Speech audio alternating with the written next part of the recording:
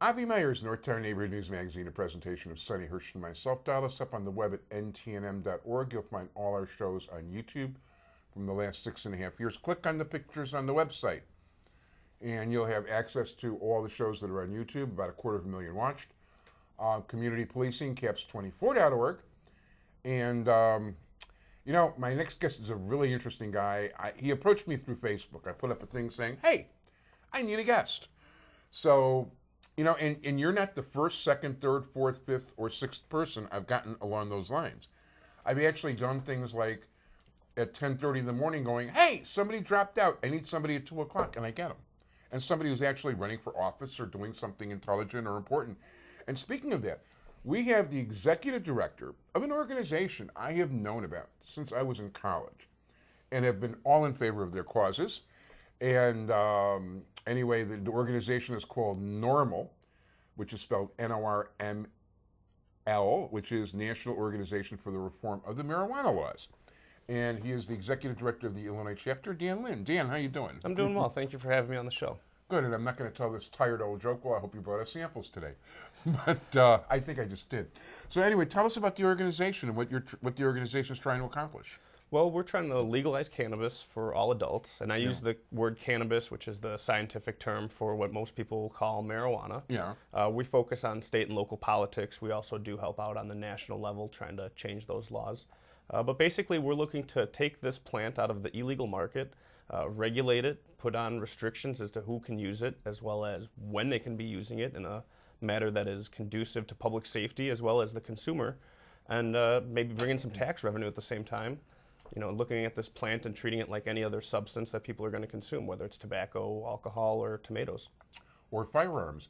You know what? It's funny because one of the figures that stuck in my mind, and this is an over 10-year-old figure, is at the time in the state of Alabama, I saw the number, which was in the hundreds of millions of dollars, that marijuana brought into the state, of course, on an illegal basis, which was larger than their other three highest crops put together.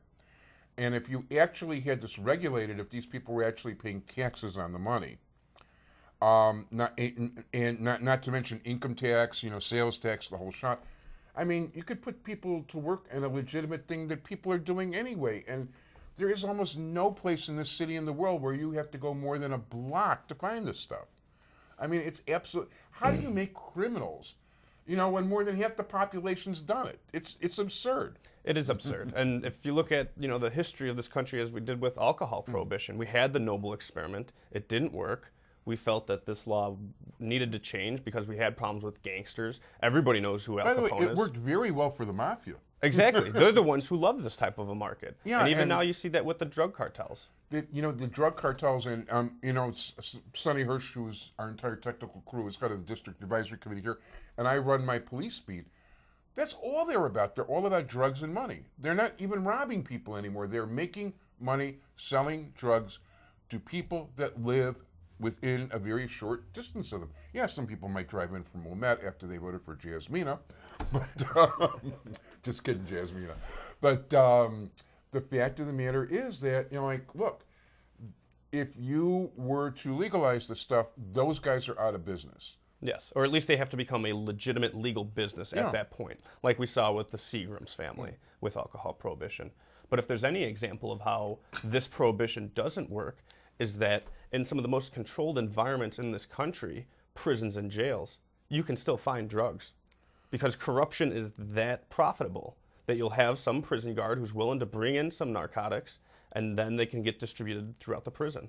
But they can't even keep the drugs out of jails and prisons. How are they going to keep them off the streets? 100% correct. You know, it's so absurd. And by the way, one thing, I really can't mention any names, but one thing I'll just say in a roundabout way. When I've had high-ranking law enforcement officials, both elected and appointed, here, and we have private conversations afterwards about this very subject, most of them know themselves that it needs to be legalized. But and life would be easier and things would work better. But politically, you know, it's like shooting yourself in the head. Although I think people are starting to change along those lines. Yeah, it has been a third-rail issue in politics for a long time. We are starting to see some of that shift. A lot of that shift is a result of places like the west coast of this country through their voter initiatives changing these laws. Most recently, you had Washington State and Colorado vote to legalize cannabis and end their prohibition. And now that's really putting a lot of pressure on the federal government to readdress this situation, because you're going to have an even larger conflict between federal and states' rights on this. Yeah, no, there's definitely a conflict coming up along those lines. But, you know, it's so silly. I mean, if you take a look, and by the way, you guys aren't alone. If you take a look at stupidity, if my niece, her kids have problems with milk, okay, you know, the FDA makes sure that the cows are fed corn. Well, they don't make sure that, but they okay that you can feed a cow corn which they're allergic to, which means they have to give them hormones so the cows don't get sick. And then her kids eat the hormones and the antibiotics and all the rest of it, and they get sick. So she goes to an Amish farmer and gets the milk directly from him, unpasteurized, unhomogenized.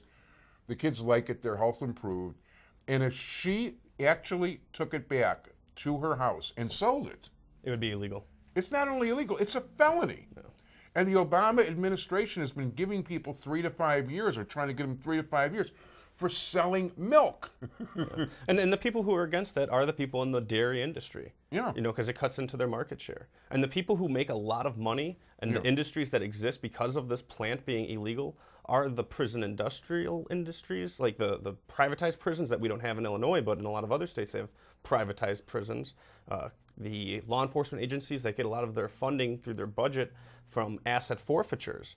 You know, we pass these laws where if a drug dealer is driving a Cadillac, the government can steal the Cadillac from the drug dealer because he bought it from drug money, and then the government will sell the Cadillac, and the agency that made that seizure will get that money and keep it in their budget.